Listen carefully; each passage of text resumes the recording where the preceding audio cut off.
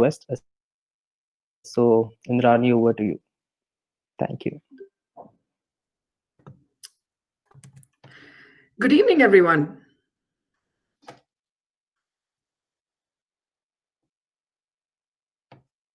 We'll just give a couple minutes for our panelists to start.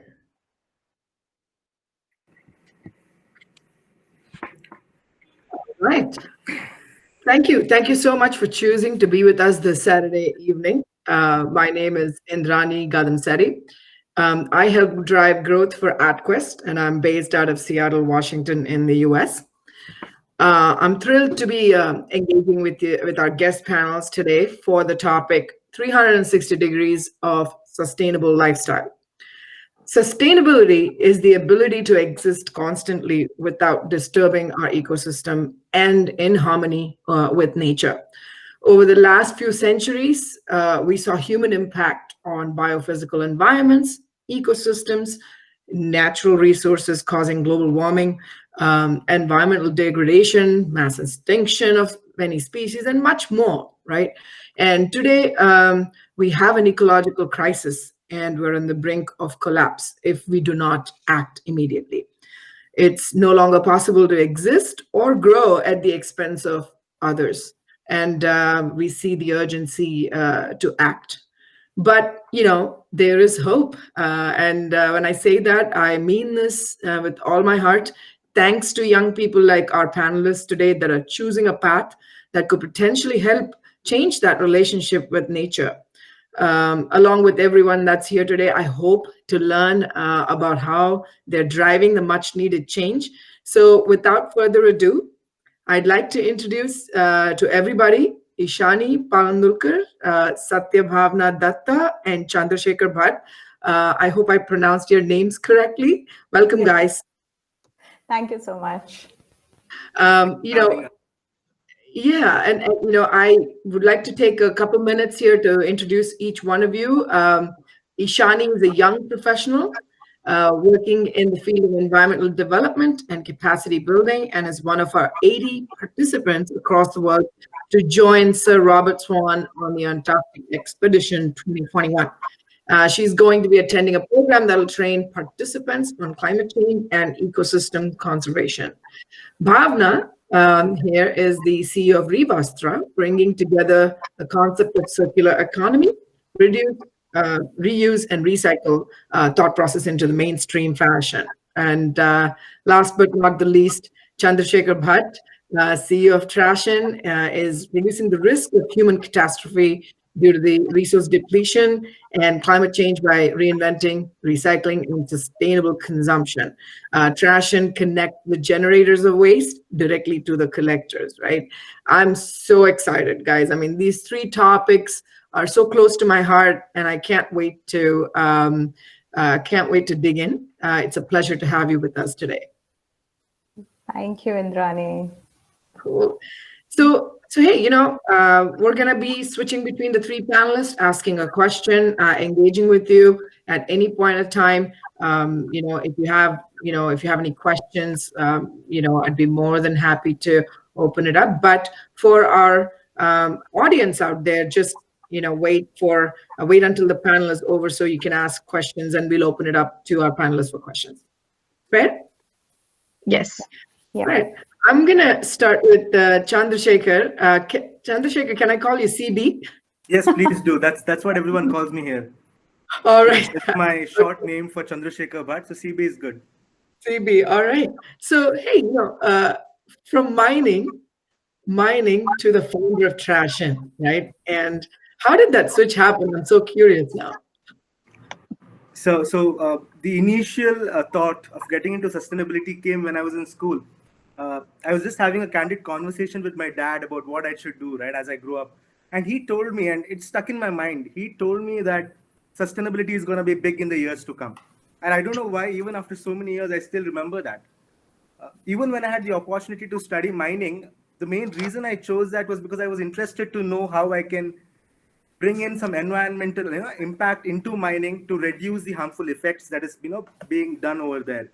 Mm-hmm. And as a journey, as a student of mining engineering, I used to travel a lot to all these mining townships in remote parts of our country.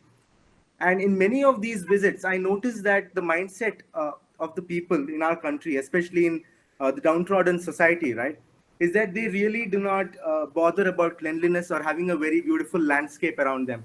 So whatever they consume, they ultimately end up throwing it around their doorstep. It's more like they always want the grass to be green inside their compound, but on the other side, they really don't care. So that is when I realized that we needed to bring a mindset shift in how people perceive waste in India, because Indians definitely have a very frugal mindset. And I think with a little bit of design thinking and a little bit of a nudge, we should be able to get down the right path and help Indians live sustainable lives and have a beautiful country to live in. Yeah, I really can relate to you on a different level here. You talk about Indians being, keeping the cleanliness limited to their compounds, and then when it comes to the outside, there is really not a lot of conscious thinking. I can tell you that there is hope, because I'm in the US, and whenever I see other Indians visiting the country, they absolutely behave right. Yep. To that point, going back to the previous panel, there's a lot of incentives and obviously penalties if you don't keep your surroundings clean. So there is definitely hope, and I'm so happy that you picked this path, because hey, sustainability will be big. It better be big, right? Yep. So Bhavana, Yeah. slow and mindful fashion, right? Spiritual fashion. I love that word, spirit. Yes. And please help our audience understand these terms. How is it relevant to somebody Yes. who's young out there, somebody who's old out there? Like, how do we relate to this to all generations? Well, to start off, because I was the fashion editor for Femina, and I've been in fashion media for a while now, and I've been in, writing about fashion after doing my undergrad and in my journalism. So it kind of came very organically to me that doing fashion in the mass, this thing was inevitable because I was in that industry. And then slowly I realized there was a part of me which was also hoarding a lot. And being in that industry, I was collecting and hoarding, and it's very typical of all of us to do that. And I was obviously there, and I still am. I'm not going to say that I've arrived, but having said that, there was this phase in my life. I think I reached a space where I realized, now what next? And so Revastra, as the name suggests, now I don't usually call it a brand, because brands, I like calling it a research lab, because with labs you can fail and you're much more forgiving, versus a brand, because brand has a lot of structure, which I don't know if I still have achieved that yet, and it will take a while for me to reach there. So having said that, Revastra is about reducing, reusing and recycling valuable unstitched fabrics and nostalgic fabrics that we have around us. We sit in the name of nostalgia on them in a very earthy, slow, and spiritual and an arty manner. When I say spiritual, slow is obviously something everybody understands now, because it's coming from a space of sustainability. When I say earthy, it's definitely circular and it is cyclical. Whatever comes from the earth has to go back to the earth. And when I say spiritual, it is a much more conscious and mindful exercise. I think something to do with your own transformation, where you're ready to let go. I think that is where the spirituality aspect of it comes through. It is not from a religious point of view as much. It is more from a consciousness, mindfulness, and much more deeper introspective point of view, because fashion is a very, very, as everybody knows, it's a vast term. It's not just clothing, right? And it just extends into a lot of other things of our life. And if you're able to kind of handle that through our unstitched fabrics and yet understand it and respect it, and I do this with my 15 years of editorial design teaching experience. So I do it through workshops and wearables. That's how Revastra is for probably a 20-year-old or a 50-year-old. So you could have your great grandmother's saris and your unstitched fabrics, or you could have your own saris and unstitched fabrics. When I started off, I had about more than 100 with my grandmothers and my mothers and all of that, and I had never counted. So I took onus and I took stock of it and I counted it. So that was the journey for me, and that's where the slow and the spiritual connection comes through for me. It's a very personal journey. I can totally relate with you on that, because when I go back home to India, Yes. I'm actually shopping with my grandmother's, cupboard. I'm like, okay, what can I? Correct. All of us have those.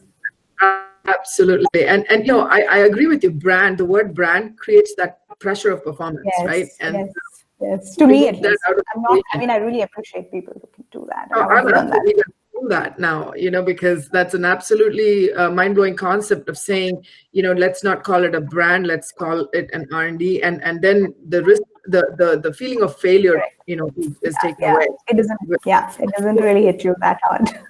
Pretty cool. So Ishani, let's get to you. I have to say this: you have a very unique approach to climate action. What triggered you here? Like, what was the trigger point? It was combination of my personal experiences when I was in college, and also a lot to do with my first job.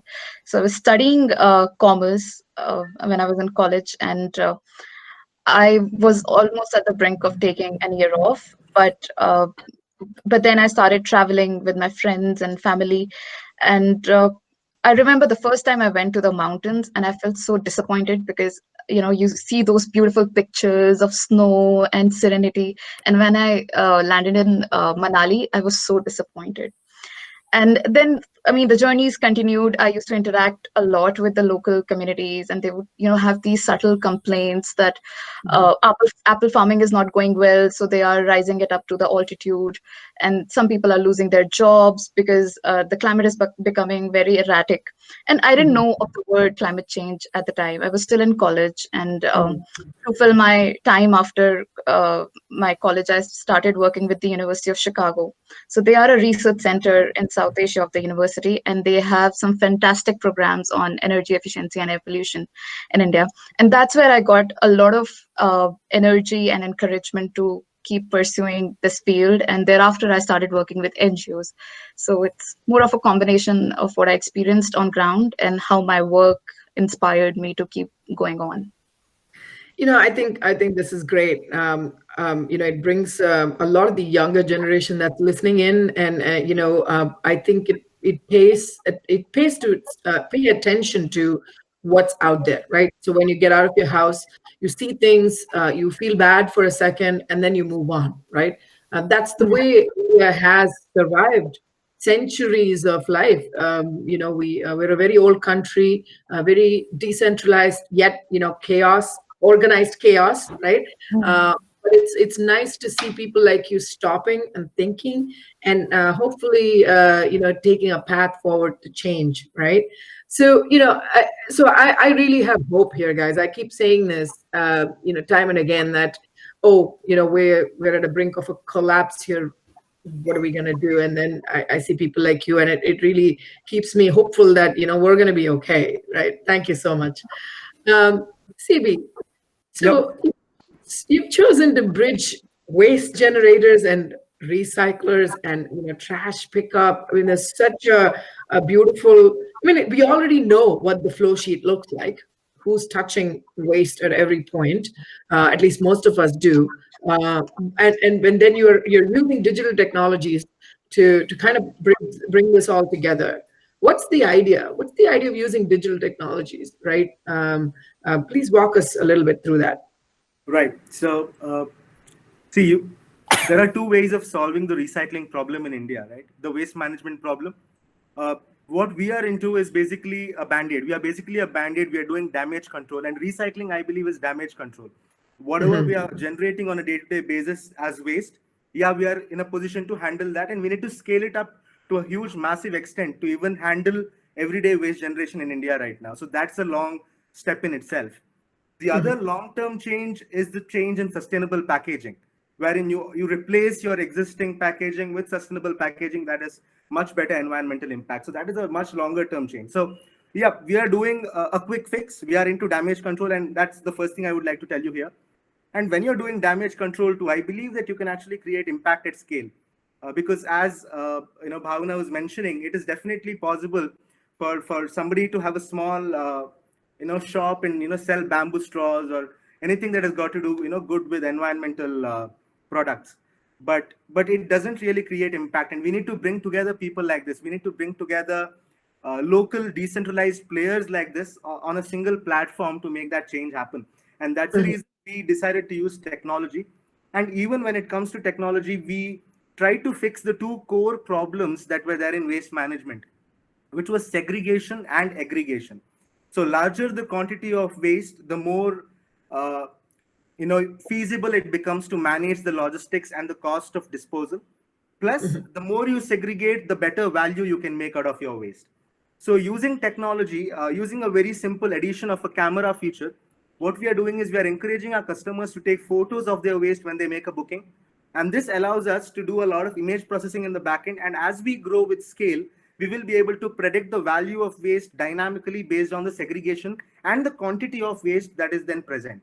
So that is how we are trying to integrate very easy to integrate technologies like image processing, which then can even lead to artificial intelligence at scale with a simple on-demand booking application, very similar to Ola and Uber. But believe it or not, ours is a much, much more complex and dynamic algorithm to run compared to an Ola or an Uber, because we have so many variables to deal with. And how has the reception been so far? You'll be very surprised to know that we are trying to create a brand here. We are trying to create a premium brand for recycling, which people can associate with. We believe that people believe in brands that they can connect to on an emotional level. They want to be, they want to feel like they're a part of a bigger cause. They're part of a bigger community. And we are trying to create that community for people who want to recycle.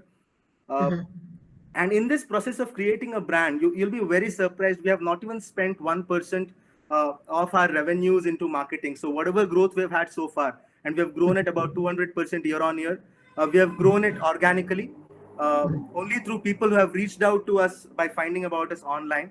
And at this cusp, at this point of time, with our app launching, it just launched 2 weeks back. So we are right now going to go a little more aggressive into marketing. We are going to begin a lot of social media campaigns with influencers to speak about our product and spread the word. So hopefully, yes, 2021 will definitely be a big year for us as we start out aggressively marketing our product and reaching out to as many people as possible in the top 3 metros in India. Right now, we are present in Bangalore, but by the end of 2021, we hope to be in Bangalore, Mumbai, and Chennai. Oh, and many more, right? We hope Definitely, to. but I am a strong believer in having a strong foundation. And to me, growth without a proper plan is always coming at a disadvantage. And we will definitely need to have a strong foundation, because in order to create sustainable impact, you need to be sustainable yourself. Right. And you're not on Forbes yet, so a lot of work to do. Awesome, awesome. So I'm going to shift gears to Bhavana here. One of the things that I'm tired of doing during this pandemic is laundry. Okay, I mean, our wardrobes are full of clothes, and as much as I'd like to say we're all in pajamas, sometimes we do overuse, and lots tagged in our wardrobes. And I'll go back to it and see that, oh, I've not worn this in a year or two, and then it doesn't fit me, and then I'm just collecting dust. What's your take on that? Like, what's your take on this constant consumption of by people, wearables, and then not really using it to the full potential? So, well, that's a journey I think all of us are on, and I've been on it for a while. And yes, we have had and we still have a lot of clothes that we don't use. And it's the typical economics of need versus want. And then it moves to desire. And then we go beyond desire. So that's, I don't know what that word would be. So we all have that. And I think it's greed, and I don't know what it is. So we all face it and we live it on a day-to-day basis. But having said that, for me, yes, it was, and it started with saris to a great extent, because what was happening is in urban setups, and I being born in Orissa, from Andhra, married to Bengali, everything is such a mixed cultural identity, and traveled across from an army daughter perspective. So I had so much baggage in terms of clothing over the years in different metros, and I wasn't using my saris. So I think if you look at statistical data, so more than 90% of Indians buy at least one sari a year, and which probably that's the minimum statistics thing. and which they do not easily wear as much if you calculate the number of saris that are bought. So that amounts to about 250 to 400 billion saris that get into wardrobes. And over 3 billion saris are in stock as in today. This is a statistical data done by Asian and even by CNN and even by Verve fashion magazine. 3 billion, you said? 3 billion stock saris. Wow. So we are sitting on it. If you multiply 5.5 meters into 3 billion. So look at the amount of fabric. So what happens is now we are very attached to our pieces, aren't we? Nostalgia is something that drives us. And we, as CB correctly mentioned, we are a frugal nation and we love holding on to, we're very value conscious and we love holding on to old things, which is brilliant. At the same time, doing it and segregating and aggregating and all of those words come through. So I think sitting on nostalgia is actually silently killing your clothes. Because eventually they just sit in dark corners, and when you open saris, they rip. And I have had many saris that have died practically in front of me. And we didn't know what to do because we loved them too much. And it's so ironic. So I think you work a little backwards and you reach a stage of young saris and you do something with them which you can revive. It's not necessarily cut it and chop it ruthlessly. So I started working on sacred geometry. That's where the spiritual aspect comes through as well. So understanding saris from a rectangular and a sacred geometry space. I've done a course in sacred geometry to understand this. So it just really helps me understand saris from that perspective. And then the best way to walk through all of this is and sorting your westerns, your fusions, your regular wear, and properly. So my whole through Revastra is workshops and coaching people to do that. So I try to do it my way. So I'm on that journey. So whatever I have learned, I try to share that. And because I've come from a background of editorials, I'm trying to build on books which can help people. So that's my storytelling space. And products are quite incidental because I love making it. So that's quite incidental for me. So the tactile extension of Revastra is there, but it's not a huge part. I'd say it's about 25%. And 75% is mostly my coaching and my speaking and my experience-based work and my content. So I think this is where it comes from. And I think we just need to be in a conscious space, and all of us are struggling. It's not easy. Yeah. You nailed it when you said 3 billion saris in stock right now with everybody that's out there, and I think everybody from people who are producing it to people who are curating, designing, like each one of them has a very unique opportunity here to say, hey, do you really need this? And if you do need this, how do you make sure that it comes back in a sustainable way that you close the loop? Yeah, you just close the loop and use it. Buy what you need, buy well, mend well. I mean, I love that. Thanks for that, Ishani. One of the things that we did back when we were your age. I mean, I'm old school and older. One of the things that we did was just go to school, come back home, go to some more school, study, and then that's it, right? What does your day look like in the whole climate, in the work that you're doing, and what do you do in your personal capacity? So a lot of the young people that are listening in, what can we do on a daily basis to adopt this as a lifestyle as opposed to a cool thing to do? Because there's a lot of greenwashing out there. Yeah. I would be honest. I think 5 years ago, I was also one of them who would use a lot of plastic and would be dependent on cars instead of using public transport, and buying stuff that I wouldn't need, and burning crackers, and so many of these things. I'm honest that I used to do all of these things, but as I have been working in this sector for the past 4 years, I think one major takeaway that I take from them is that it has changed my outlook on how my day should look like and how my life should look like. So on a daily basis, when I was in Delhi, I mean, I'm home because of the lockdown, but when I was in Delhi, I think I never have used any other transport other than metro. And for cities that are so infrastructurally equipped with public transport, people should maximize its usage. I mean, not every city has that facility. My hometown doesn't have that facility, but when you have access to them, please make use of them. And all these these are literally little things, how you can bring alternative to a plastic bottle. I mean, why not carry your own bottle? And these things may seem like redundant because everybody's saying it, but they are actually useful, they are impactful. I mean, as of today, I carry my own bottle, I carry my own coffee mug, and I carry my own bag. So whenever I need to come home and I have to pick something up, I just go and use my bag or anything else. So these things, I mean, do add values. I mean, if someone needs to calculate how much waste they would have, reduced by this, they can simply think that if they are using one plastic bottle a day, and they've been doing it for, and they replace it with their own reusable bottle for a year, then just imagine you will be saving 365 plastic bottles a year by yourself alone. Just by one.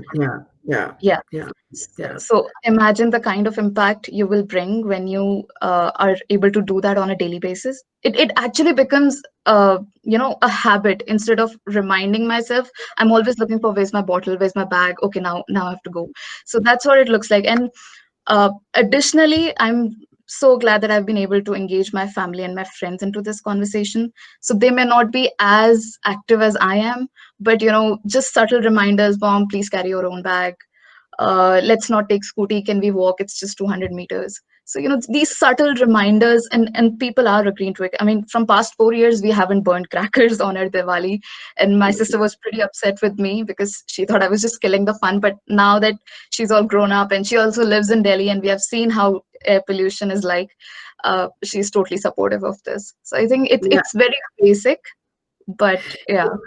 Yeah, I think we also got to thank God. One of the good things about the pandemic is that we actually got to see the impact of us doing the right thing. Right? If human beings as species sat at home and did not do what they have been doing on a daily basis, we could actually see Himalayas from a really long distance. It's Yeah. I don't remember blue skies in India growing up, right? It's always gray, it's pretty cloudy, and it was spectacular to see that. And little things that we can do, I guess small things, but really impactful, right? When done at scale. Carrying your own water bottles, I mean, you nailed it just right there. It's something that we're so used to, just going and buying single-use plastic containers for everything, including food, CB, to your point. So fantastic. Thanks for doing that. And I hope, a lot of our listeners here and audience can take, even if you can change one person today, I think it's change well received. CB, how, bringing that, even if we do use one or two bottles, how effective is recycling as an aspect of sustainability? What are the other aspects also, while you talk about the effectiveness, what are the other aspects that you see upcycling and recycling connecting to? Well, this is a very interesting question, and I can speak for a pretty long time about this because so many things come into play. We have 3 minutes for you. So recycling is a very broad term, right? So there are so many ways of treating materials. In plastics itself, we can recycle plastics of some kinds. Some need to be co-processed. That's the common parlance used. Co-processing is where it's sent to cement companies and they use it in their kilns as an alternative fuel in processing heat for the cement manufacturing process. So co-processing is where most of the non-recyclable plastics go to. You have also got a few other options, like you can grind plastics and use them in roads. You also can you can make oil out of plastic by a process called pyrolysis. So there are quite a few options in plastics itself. Papers also can be recycled in paper mills, which are then used to make corrugated board and stuff like that. A lot of paper is also upcycled. Books are definitely reused. A lot of small self-help groups are coming up with upcycling methods for papers to come up with pencils or things like that, which are made out of old paper. So recycling is a very broad term, and it is definitely effective because when waste goes to a landfill, not only are you wasting all the energy that has gone into the manufacturing process, you're also wasting landfill space at the same time. And then we have methane emissions coming on top as a result. So the effect of dumping waste is multifold. However, if you recycle it, you're reducing the emissions that go into manufacturing something new. You're using something that has already kind of finished its life and you're giving it new life. You're saving landfill space. You're preventing emissions from going into the atmosphere. So all the negative aspects of landfills are negated when you recycle waste or upcycle it. So the impact is definitely great. And in the longer term, I definitely see a lot of accountability coming into this space, because especially in a country like India, this whole sector is unorganized. There is not much data available. Even if you want to know the number of waste pickers in India, the data is just an approximation and the number is not even accurate. So a lot of accountability needs to come into this. Definitely a lot of municipal corporations in the country have begun to work with their waste pickers by giving them formal employment. Many are still in the way to do so. And once we have all the waste pickers actually working together in a formal ecosystem, and that is when I think we will be able to move towards a slightly more organized and accountable system. And technology is also going to play a huge part in this sector. A lot of technologies which really interest me, especially a blockchain. It's way too early for a country like India. It might take a decade at least before things like that come into India in a space like waste management. But blockchain is definitely going to help with a lot of supply chain issues that are currently present in India, because there are quite a few wrongdoings that happen in the industry when it comes to billing, when it comes to maintaining stock. So a lot of numbers are fudged by quite a few people in the ecosystem who have been doing business that way since a few decades. And it's not possible to change it directly. It takes time to get them on board into this new organized system. And a system like blockchain will definitely help in making things more accountable, because you will be able to track the movement of waste across the supply chain and you will know whose hand it has passed through. Because right now, things are not exactly accountable, and that's where I think a lot of reforms will happen in the years to come. Sorry. Okay. No, thank you. Thanks for that. My kids woke up and I had to change the venue. Apologies. All right. So, Bhavana, as youngsters become more responsible and start to keep an eye on their carbon footprint, Right. what's your advice to them when it comes to shopping right, and consciously? Well, firstly, a lot of youngsters are already on the right path. I'm not going to really say that, and I wish I was there in my 20s. And as you correctly said, it was very different. But and although I was doing a great job, but then sustainability was at the back end and in the database, which didn't exist probably, and it was very scattered. So having said that, I just feel with time and so I've worked in fashion for so many years, but I've been working in the space of slow fashion for the last 5 to 8 years. So which has been my learning. So I think my first thing is what I apply it on a daily basis, and I do it quite regularly, is look back into your wardrobe. That's the first thing we forget before we hit that click button on the digital space or we go into a shop to buy something. So when you buy something, base it on the need and the want philosophy and ask yourself the question, do I need it? Do I want it? Do I desire it? Do I crave it? Can I stop myself from doing it? And you can join pledges like Slow Fashion Movement and Slow Fashion Season to really help you. Communities really help. There's a herd mentality that works. We all are creatures of habit and creatures of herds by default and cults. So I think the bigger cult and group, so to prove yourself and be in the rat race, it's better to be in that rat race than in the materialism rat race, I think. The second thing I think is letting go of your clothing nostalgia is very big. I think that was the biggest learning for me. And although initially it's very hard because we associate clothing economically and emotionally, the two main aspects, the two E's, I call it. But having said that, we need to just wean off. And that's the spiritual angle. The more and more you start delving into self and working with your own physicality and your mental aspects, I think you start losing the sense of hoarding, and it reduces. It has reduced a lot than what it used to be for me.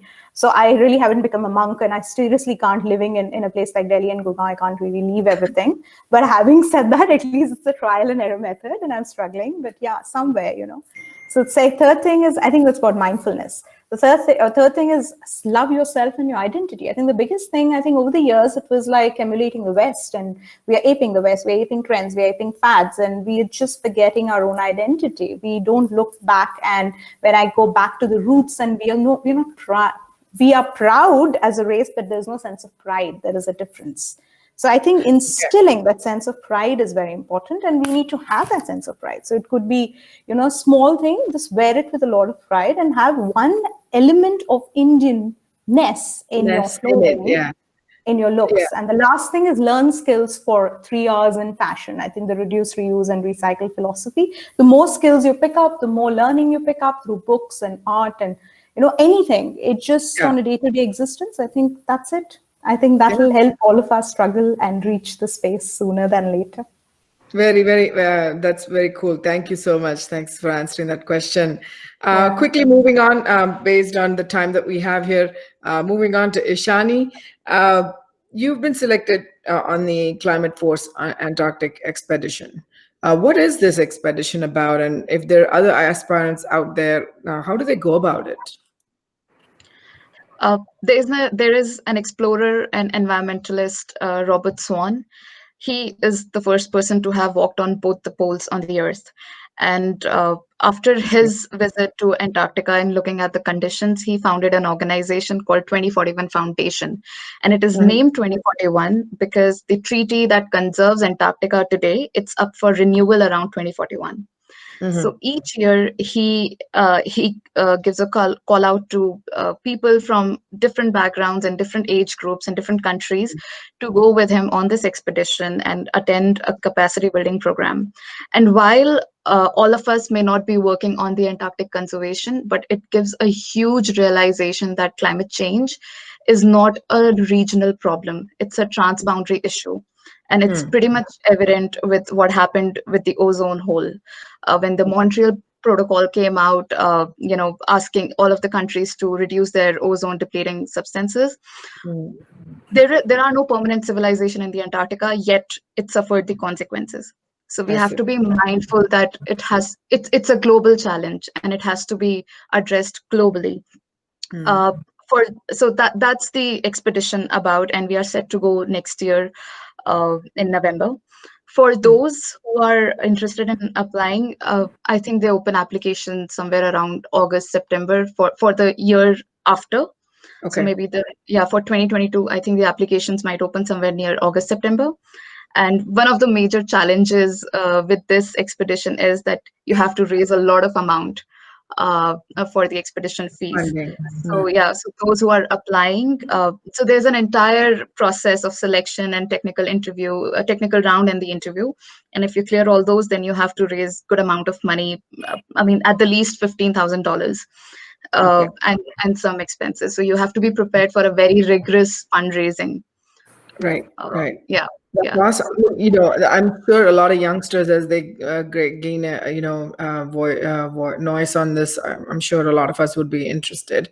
I have one common question for all three of you. We're coming pretty close to time now, and I'd love to take a quick minute, and I'd like you guys to answer. Ishani, since we're already talking, imagine yourself in the year 2030. The world has got its act together in the last 10 years. Various segments of the human race, corporate companies, educational institutions, citizens, governments, they've all walked the green paths. So what is that one big change that you guys see in your life compared to 2020? And let's not talk about coronavirus, but what would be that one big change that you see? Ishani, let's go with you. I think at the moment, my organization, we work very heavily on waste management and policy advocacy. And what we see, while there are some policy which are not adequate, there are policy which are adequate and they are not being implemented properly. So even if we are towards the green path, I think by 2030, I would like to see more compliance and more structure when it comes to monitoring and evaluation of industries, and more adherence to the compliance. So it's not that the policies are made and nobody's using them, but they are monitored properly. And I think it has to come partly from the government and partly how citizens report non-compliances. So I think I would like to see a more honest approach to businesses by 2030. Okay. CB, let's go with Well, you. see, accountability and what Ishani just spoke about is very true, and that is what I hope will also change. But at the same time, I believe that we are in this rat race, right? We are in this fast pace of life, and everybody just wants to make more money, do bigger things, and everybody wants the next bigger thing in their life, right? So everybody is in that race right now, and we have, I think, disconnected so much from nature and the peace that comes with being connected to nature and being a minimalistic individual, right? So I hope that I'm sure we will have a lot more technology, and we will have so many things at our disposal at the edge of our fingertips. But I really hope we all, as a community, as humanity, we all move towards being more minimalistic, being more conscious, being more connected to each other. The whole thing that the whole impact of being connected to your fellow human beings and connecting to them on a much deeper level and connecting with nature. I think all these emotions are what will actually transform humankind as we move further. And this is what they call as the decade of change, right? This is the decade of impact, 2020 to 2030. So I hope that we will definitely bring about this change ourselves as well as we move ahead. Yeah, bring ourselves closer. That's a great point. Bhavana, what do you think? Well, yeah. So, I think we'll use more of our USPs, which is human USPs of consciousness and imagination. They're two main USPs that we have. And we will go inwards, physically, mentally, spiritually, as I keep talking about. I think we'll become much more aware, as CB said, and as even Ishani pointed out, much more aware and think global, act local. I think it'll become very, very in the now, because we'll act in smaller groups and communities to reach larger audience. And the last thing is the digital force. I think it'll be unleashed at this potential in the next 30 years, which is beyond our imagination. And of course, and going back to our roots, it's something like the Star Wars effect. We'll have all the things, but yet we'll be close to nature. And I imagine I'm quite an unrealist and a romantic. No, it's we need unrealist, and you nailed it with the go local part, right? We're so used to the chains, the corporate chains on grocery stores to Starbucks coffee. During the pandemic, I've actually switched to my local coffee shop, which is probably struggling to exist during the pandemic, rather than walking into a Starbucks. No offense, I love Starbucks, and I do use them. It's a habit for me, but I do choose now, the local stores and stuff. So that's a great point. Mom and pop shops, like when we were growing up, when we were younger, there's a lot more down the street stores and things like that, and that was a community. Barter in terms of swapping. And barter. I really think that's great. Yeah, I'd like our audience members to think about the same question. What do you think would be the biggest change 10 years from now? But guys, I can't thank you guys enough for taking the time today. It's very important that more and more people hear about the great work that you're doing. It was really educational and inspiring. And, steering towards a sustainable lifestyle requires us to really deep dive and look at our consumption, making very small but high impact changes to save not just human life, but life in general, right? And it was my pleasure. It was my pleasure talking to you guys. And we're almost at time now. We are going to be moving on to the next segment, but please feel free to hang out. And Ishani, I almost forgot. I think we still have another minute, so we're good. I didn't get to hear your answer. What's your biggest change? Totally apologies. Oh no, I talked about the compliance and more stringent reporting. Oh, you did? Okay. All right. Yeah. Okay. All right. So then, thank you guys, and let's move on and to the next segment. And then I'm going to be inviting Pavitra She's from our digital marketing team. She conceptualized this green thumb compass, and she brought it to life. Let's see if she's on. Hi, Pavitra. Hello, hi guys. Hello, Hi, Pavitra. welcome. I hope you're having as much fun as I am here talking to our young panelists. Yes. But let's quickly change gears and understand what this ebook is. You know, what was the idea behind it, and what is this ebook? Sure. First of all, this was a great session. Like I just couldn't stop listening, and I hope we could go longer, but then we're still running short on time. So coming to the ebook, this has been something that we launched way back in May, June, right in the middle of lockdown. And interesting fact, Trashin and Revastra are a part of the Yep. book. Um, Yeah, and I remember talking to CB the first time when we launched the book, and he was so enthusiastic Yeah, about it. it was a And very well even written, very illustrative book. I was so happy to go through it. I've shared it with a lot of my friends and a lot of people in our community as well. Yeah. wow, Definitely very, very that's happy so to be a nice part to of it. hear. That's So awesome. nice to You know, hear. that's so nice. You know, my kids have used it too, so they've really enjoyed the English version. And Wow. I do understand that English, as much as we're all communicating in English, I do see the value personally to have it in regional languages. But why did you think about releasing it in different languages? What were your thought? What was your thought process behind this? Sure. So the main reason behind this ebook is that to make sustainability accessible to people. Because when we use the word sustainability, it becomes such a huge term that people are very intimidated by it. This book was mainly to make people understand that you don't have to be afraid of being sustainable. You can just do small activities in your daily life and then incorporate it in your life. What we also realized is that although there's a huge section of the society that speaks English, there are small pockets in India that speak regional languages and are very comfortable in communicating with that. So we thought of doing this initial test run of releasing it in Hindi, Tamil, and Kannada, and it's just very interesting to launch it now with you people. We want to make sure that it's reaching all pockets of Indian society, and we have also made sure that it's free so that people don't really have to think about starting their journey. Okay. So this is the first set of languages that we're doing. We want more people to translate it into different languages. So Nice. Indrani will be doing the honors of running us through the book. Yeah, so we have. I'm going to show it on my phone so that I don't mess with the Google Meet system that we have. But yeah, it's pretty much mobile friendly, very unique. It's in Tamil. I'm showing the Tamil version. Obviously, there's the Kannada and the Hindi version as well. We'll share the links with you so you guys can take a look at it.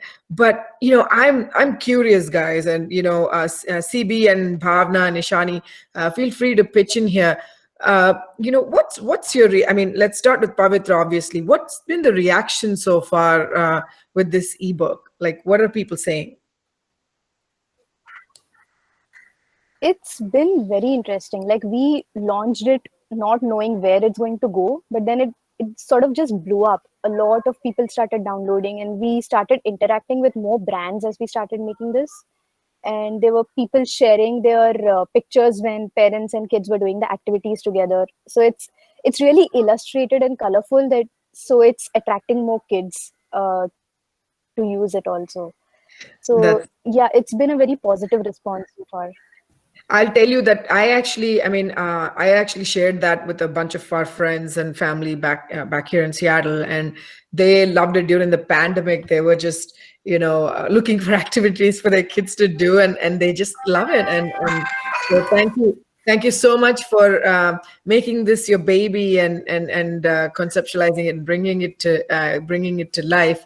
The one, since we have a little bit more time, I'm squeezing in a little bit more time to talk to our panelists. But one of the things that I have trouble is engagement. right? With trying to tell people that pay attention. We're all doing great stuff, right? You go talk to investors, elevator pitches. You guys know all of that jargons, and when you walk and talk about sustainability, people think it's a cool thing and nothing beyond that, right? It doesn't stay on the top of a strategic document saying we need to address this. It's always profits, revenue. There's other metrics that every business is looking at. Even as a family, we're looking at something more cheaper to buy because I can't afford this expensive bamboo toothbrush. Okay, and brands that do come up with these sustainable products are oftentimes don't have a cheaper raw material or a supply chain, and so we are pushed to be releasing stuff at an expensive price. Any thoughts? Either one of the three panelists can chip in here, and talk about like what kind of difficulties do you have when pushing your ideas to people, and do people pay attention to it? Do they engage, and does that translate to something? What's your opinion? So I have just one thought. Coming back to Pavitra's and Atquist's ebook, is because of being in the space of content and storytelling, there are two angles to it. One is the textual angle and one is the visual angle for anything. Of course, now you have the audio. But having said that, with ebooks, you definitely have these two. I think it's a combination of both. And coming back to your question, Indrani, I think if we can kind of integrate these two in a nicer way, in a very interactive way, and get down to ground doability, I think that three-pronged approach to really reaching out to a larger mass, and also simplifying something so complex as sustainability and something so vague, a big umbrella as sustainability.